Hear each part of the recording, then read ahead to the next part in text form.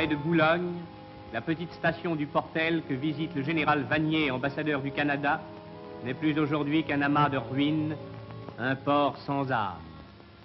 Partout en France, du nord au sud, de l'est à l'ouest, des villes gisent sous leurs propres décombres. Les champs de bataille de Normandie n'ont pas été les seuls à subir les fureurs de la guerre. Partout s'est abattue la pluie de fer et de feu.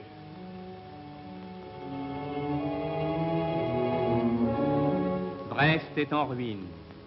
Le port magnifique, ouvert sur l'Atlantique, n'est plus qu'un désert. La France, en commençant l'effort de sa reconstruction, ose à peine faire le bilan de ses désastres.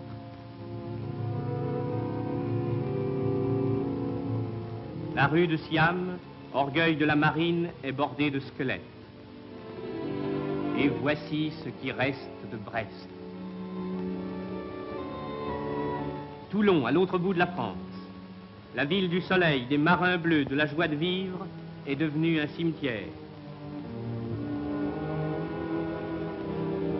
La statue mutilée du génie de la mer cherche en vain le souvenir d'une des villes les plus heureuses de France.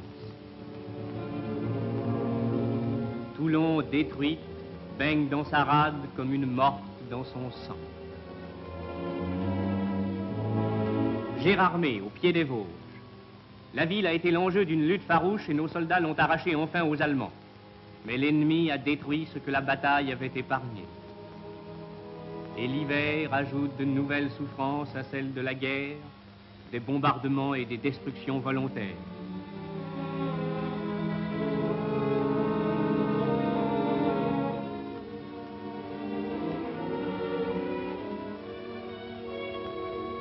Gérardmer était hier une ville de plaisance.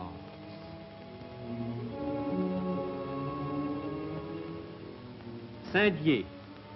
Ici encore, les Allemands en retraite ont fait flamber la ville. Tout l'est de la France a été ainsi brûlé par un ennemi vaincu qui ne trouvait plus d'autres armes que celles de l'incendiaire et qui détruisait derrière lui jusqu'aux traces d'une vie qu'il n'avait pas pu asservir.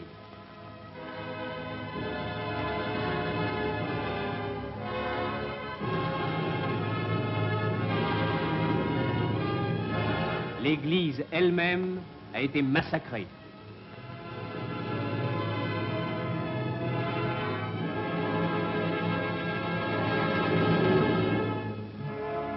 Image terrible d'où il faut pourtant tirer une leçon d'espoir. C'est dans le spectacle même de ces décombres qu'il faut trouver le courage de reconstruire la France.